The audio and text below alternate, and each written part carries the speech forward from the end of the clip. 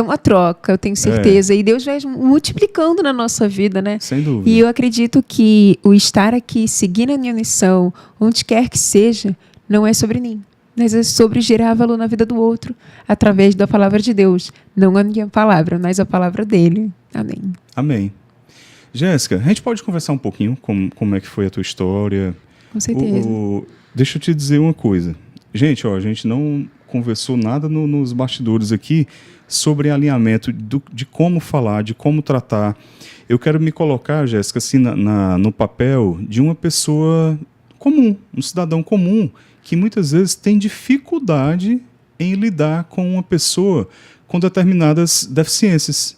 Né? Às vezes a gente não sabe qual o nome que deve... É deficiência, foi acidente, o que é que foi? Às vezes as pessoas têm vergonha de perguntar, né? Sim. Aí seria bom até você expor, assim, Com certeza. no dia a dia, o que você sofre, encara, o que é que te deixa chateada, o que é que você percebe que as pessoas não fazem por mal, mas por falta de conhecimento, né? Sim. Não é verdade? As pessoas não sabem até como lidar, às vezes, né? Com uma pessoa que tem algum tipo de deficiência.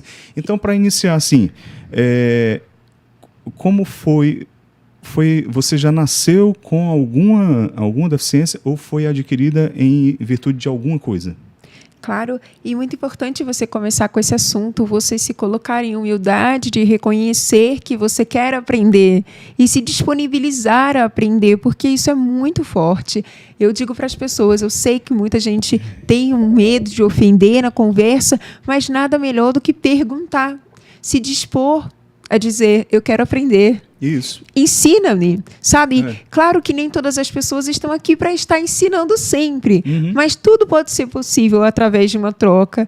A primeira coisa é agir naturalmente. Quando a gente age naturalmente, focando primeiro para a pessoa e não na deficiência, flui toda a comunicação para que ela seja qualitativa, tanto para você quanto para outra pessoa. Exatamente. Tudo na nossa vida é assim, não só sobre uma pessoa com deficiência, mas como qualquer outra, é focar no que ela é, mas Perfeito. não no que ela carrega. Perfeito. Eu sou mais conhecida como Jessie Borg, eu tenho 20 anos, sou atleta de natação paralímpica, palestrante, protagonista do livro Jessie Borg, Desista de Desistir. Sou formada pela Must Universidade Americana da Flórida, com o Instituto Happiness do Brasil, sobre ciência da felicidade. E aos meus 10 anos de idade, eu vi a minha vida mudar de uma forma que eu jamais imaginei. A gente entende que o deserto nem sempre é para nos derrotar. Eu gosto muito de dizer que a cruz não é uma derrota, não é sinônimo de derrota, mas é também uma oportunidade para nos formar a nossa fé, mas a gente precisa decidir, porque a dificuldade vem para todos, porque a gente não tem como mudar isso. Sim. Faz parte da vida, faz parte de estar vivo. O que diferencia é o que nós fazemos a partir do acontecido.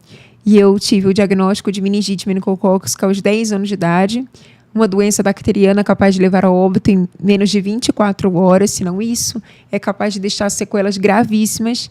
E eu me recordo de acreditar que era só uma dor de cabeça, porque os sintomas começaram sendo eles: febre, dor de cabeça, náusea, sensibilidade à luz, fraqueza corporal.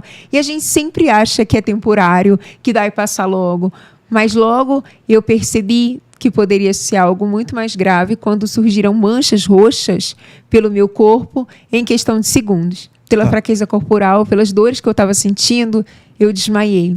Deixa eu te perguntar outras coisas, Jéssica, antes da gente progredir. Então você nasceu no Rio de Janeiro. Isso.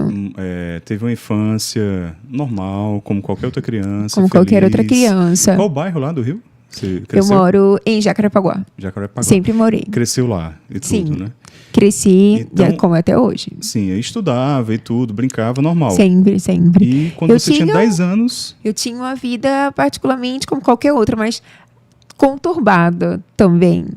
Eu gosto muito de falar da minha infância também para que as pessoas entendam, porque quando as pessoas veem a minha força de hoje, não imagina o que eu enfrentei no passado. Por que eu digo que hoje eu sou muito mais feliz? Ainda tem muito para a gente contar. Mas o porquê que eu digo que hoje eu sou mais feliz? Porque antes eu tinha braços, eu tinha pernas, eu tinha audição, mas eu acreditava que a vida era sobre o externo.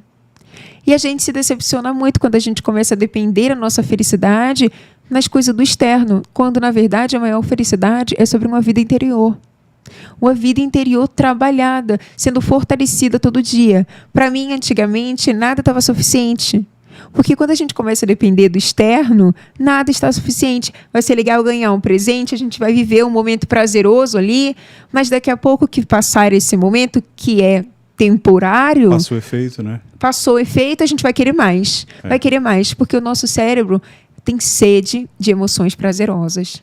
Então, a gente precisa construir a verdadeira felicidade, que é uma vida interior, porque é duradoura. Isso não quer dizer que a gente vai estar bem emocionalmente o tempo todo, que a gente vai estar sorrindo o tempo todo. Muito pelo contrário. Estar bem o tempo todo é sobre uma positividade tóxica. O que a gente entende aqui é uma habilidade para que a gente possa ter ferramentas para quando acontecer essas emoções de tristeza, raiva ou qualquer outra do tipo, a gente tem uma inteligência emocional de lidar com elas. Antigamente não tinha. Eu tinha braços e pernas, mas eu era incompleta. Porque o que nos completa é Jesus, porque Ele é o tudo da nossa vida. Sem dúvida alguma. Você teve na infância uma experiência de Deus? Você teve uma formação católica na infância?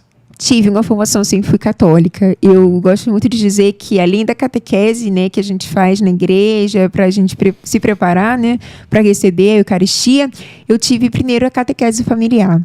A minha avó, meu avô, eles são muito católicos. A mais importante. Que veio a geração da minha avó para a geração da minha mãe e veio para mim. Mas ainda assim eu tinha umas questões emocionais, porque a gente vai dependendo de algumas coisas. Faltava algo dentro de mim. Faltava eu me entregar ao extremo para Jesus. Às vezes a gente fica no meio termo e a gente vai encontrando vazio a partir disso, né?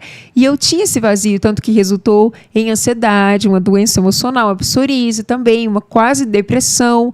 Mas o momento espiritual, o momento forte de intimidade com Jesus foi no deserto. Eu precisei passar por uma doença para me encontrar com Jesus. Porque quando tudo foi acontecendo dos sintomas, que eu fui para um hospital mais próximo, fui recebida de emergência, eu já fui vendo a ação de Deus acontecer a todo momento. Porque eu não conhecia o hospital que eu estava, não fazia sentido do que estava acontecendo ali. E tanto que a primeira médica, ela disse que eu poderia voltar para casa, que era só uma dengue. Logo surgiu outra médica. Pois é outra questão, né? Que até os profissionais às vezes têm dificuldade, né? Tem uma dificuldade maior. Né?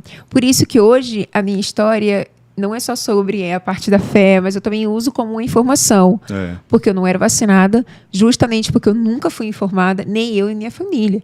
Então, se você não sabe que algo existe, como é que você vai tratar? Como é que você dá em busca? Eu não sabia. E até hoje funciona dessa forma. Infelizmente, esse meu relato é há 10 anos atrás. Mas até hoje, se eu postar alguma coisa na minha rede falando sobre meningite, como eu faço, nas minhas rotinas, falando sobre meningite, informando, são diversos comentários de pessoas dizendo, eu não sabia disso.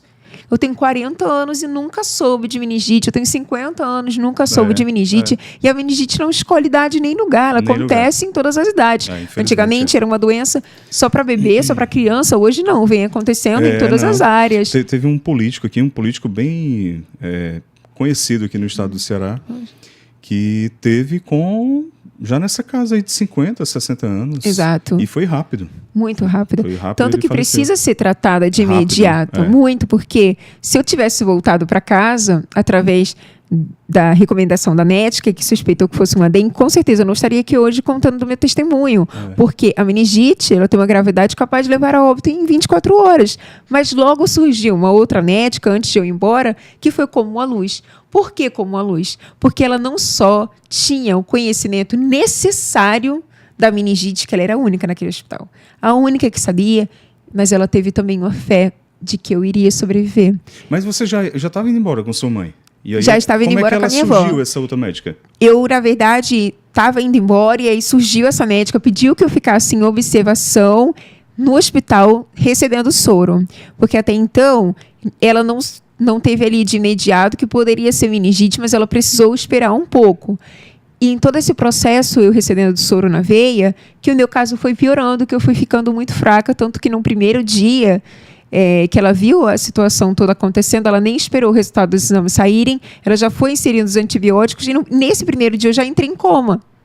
Eu já fui entubada, porque foi toda uma turbulência e, como a gente sabe, da rapidez da meningite precisa ser tratada de imediato. Já deveria começar a ser tratada quando eu cheguei de emergência no hospital de manhã, mas eu precisei passar por aquele processo de observação no hospital. Mas muito importante as pessoas saberem disso, saber dos alertas da meningite, para que a gente não espere muito, né? Não espere o pior, porque às vezes a gente fica fazendo isso.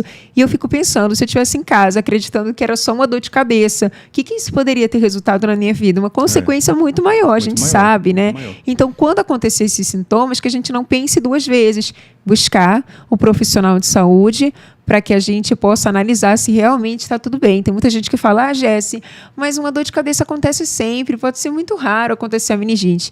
Pode ser raro acontecer, mas quando acontece, pode ser raro sobreviver. É verdade. Então, são as escolhas que a gente tem que fazer. E aí você já ficou no hospital e passou quanto tempo? Eu passei 3 dias nesse hospital que era em Angra, porque aparentemente eu só estava passeando com a minha avó em Angra. Né? Por isso que eu não conhecia nada, não conhecia o hospital. Então, foi tudo muito rápido, foi uma turbulência. Aí, quando eles confirmaram que era meningite... Eu fiquei internada mais 3 dias, e depois desses 3 dias eu precisei fazer uma transferência para um hospital com mais recursos, que foi o Hospital Pedro Ernesto, onde começou de verdade toda a minha luta. Eu cheguei no Pedro Ernesto, eu estava em coma, passei mais 22 dias em coma. Quando eu acordei, já não conseguia mais falar, eu sentia meu corpo 100% paralisado, não conseguia mover nada. Então, foi para mim um choque muito forte, porque aparentemente 24 horas atrás, porque quando a gente entra em coma, é como se tivesse passado só um dia. Perde a noção, dormindo, mas na verdade já tinham passado 22 dias. Então eu acreditava que era só uma dor de cabeça, era uma coisa muito rápida. E quando eu acordo, já não consigo mais me mover, não consigo falar, não consigo, porque eu passei muito tempo entubada, então não conseguia usar a minha voz. Eu passei uma semana muda, mas foi uma semana que eu tirei a lição do silêncio, muito poderosa. Muito difícil a gente lidar com o silêncio, porque o silêncio a gente tem os pensamentos do tipo, Deus não fala mais comigo, Deus não quer mais me ouvir, Deus não quer mais falar, Deus me abandonou, Deus não está me escutando, mas muito pelo contrário, Deus também age no silêncio, e o silêncio é uma ferramenta muito poderosa de oração, e com apenas 10 anos eu tive essa mentalidade, tão importante que quando eu voltei a falar, eu não queria me desesperar, eu não queria me perguntar o que estava acontecendo, eu só queria realmente seguir os planos de Deus, porque ainda em coma, eu tive um contato espiritual com o Senhor, eu tive um abraço espiritual. Então, quando eu voltei, eu não era mais a mesma pessoa. Porque quando Deus entra no nosso coração, é automático que a gente se torne outra pessoa. É impossível Deus tocar em você e você ser a mesma pessoa. É impossível. E como é que foi essa experiência? De fato, é muito difícil explicar. Claro que eu não consegui ver com os meus olhos, porque a gente não tem essa capacidade. Mas eu tinha muito forte que eu fui abraçada naquele coma por Jesus. Né? Como se ele tivesse me colocado no colo, porque eu acordei outra pessoa, então não tem outra explicação senão isso. Né? E mesmo que eu tivesse muitas dúvidas de como é que ia ser minha vida, com todas aquelas turbulências que estavam acontecendo, mesmo que eu tivesse essas dúvidas, eu estava mais firme, porque eu sabia que Deus estava comigo. E tem até uma passagem, né? Mesmo se a gente estiver no vale da morte, Deus está conosco, e isso basta.